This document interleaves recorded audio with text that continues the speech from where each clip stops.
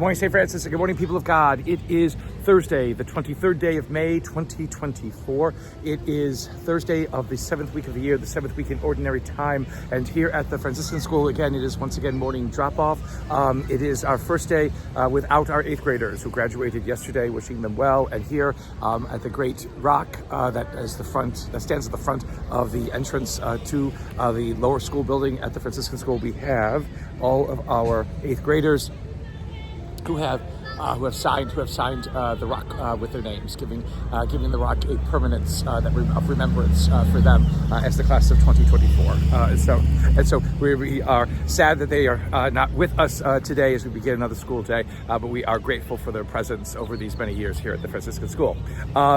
The readings for today are not happy in any way, shape, or form. As the letter of James continues, it basically is a harangue against those who are wealthy and powerful and how they felt they had, again, everything that they had, but they used it in the wrong ways, and they did not use it to the best of their abilities, and they did not serve the people of God well with what they were doing, and now they are going to be condemned because they have made their own condemnation because of the way that they lived.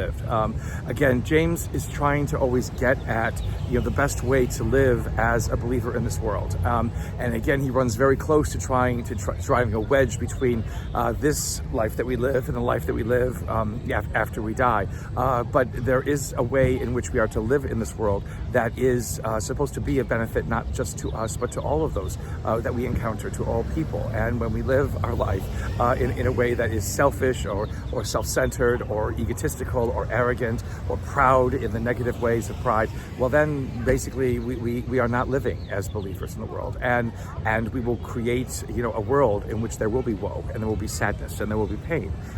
Again, the understanding that James has of our ability, to work with God's plan and to allow God's plan to allow all of humanity to flourish is kind of this part of these chapters, of his letter.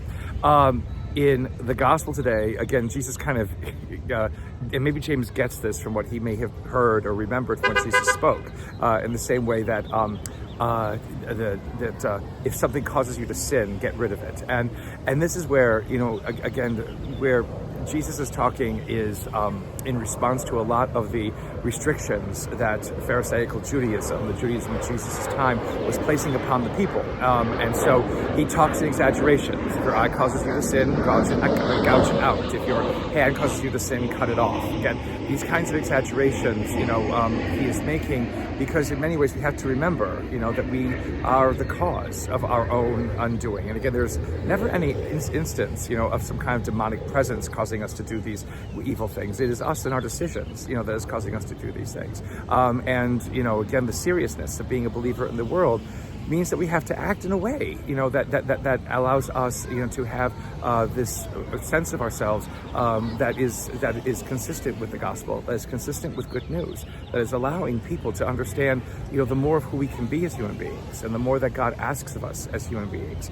to do anything that gets in the way of that pain, of that purpose that leads to pain, that leads to sadness, is not becoming of us as believers. And so again, Jesus uses these great exaggerations, throwing a millstone around someone's neck and throwing them into the ocean, because again, they are not trying to live as they need to live. There is a seriousness always to our faith, a seriousness that's not supposed to frighten us, that's not supposed to make us second guess every move that we make or walk on eggshells, but a seriousness that allows us to know how important it is that we manifest, that we demonstrate to the world what the power of belief can do. A continued blessed day, St. Francis and people of God. May the Lord give you his peace.